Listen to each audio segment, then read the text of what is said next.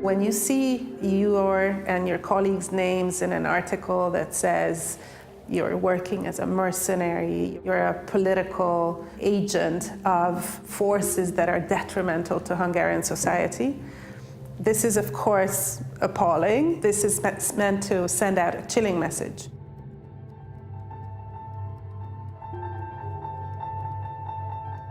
For many years, human rights lawyer Marta Párdavi has courageously defended civil and political rights in Hungary. She is leading the Hungarian Helsinki Committee's work in the field of refugee protection, and with dignity and professionalism is confronting those who attempt to systematically dismantle civil society and normalize xenophobia and hate crimes.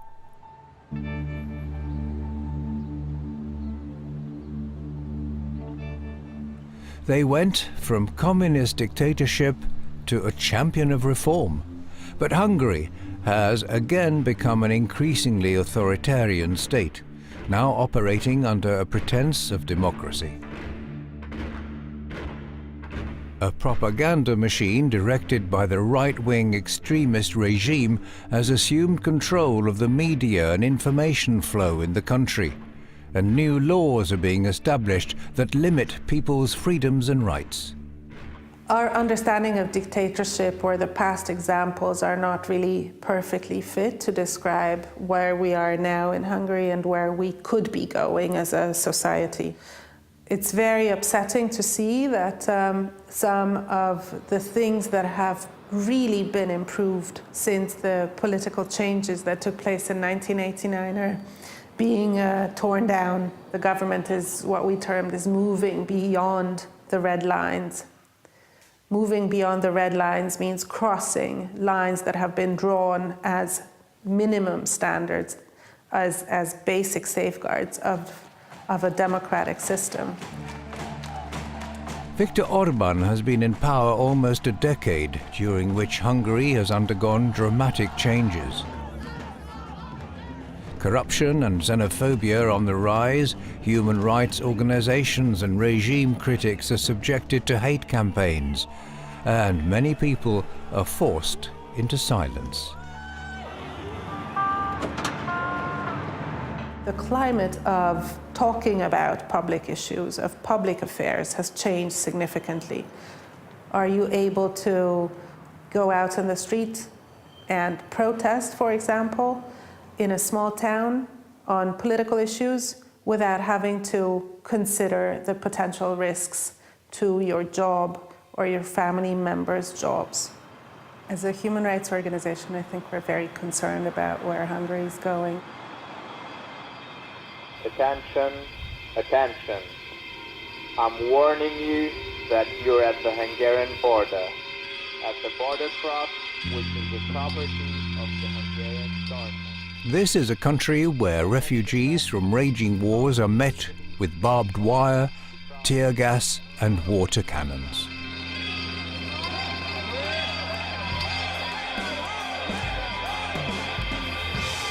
A country where immigrants are depicted as a threat to the Hungarian society, and those offering a hand are considered traitors.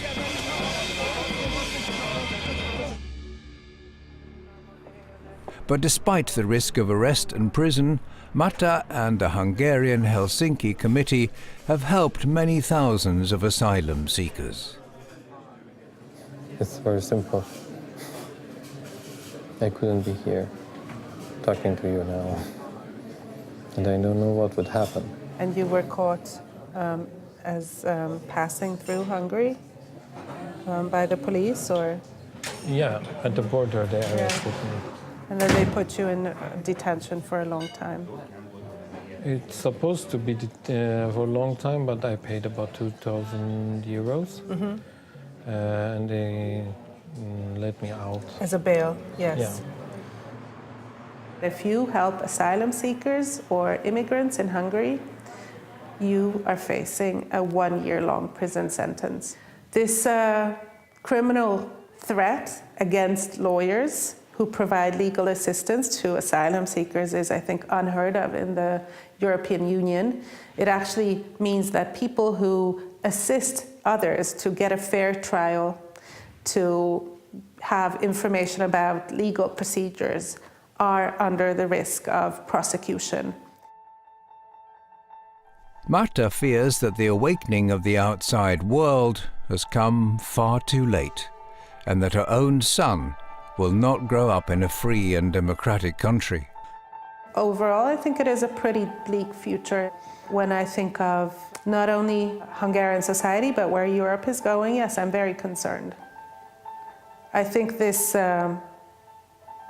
ideas and actions that the Hungarian government is taking and promoting are extremely dangerous, and I see how there is appetite beyond Hungary for that.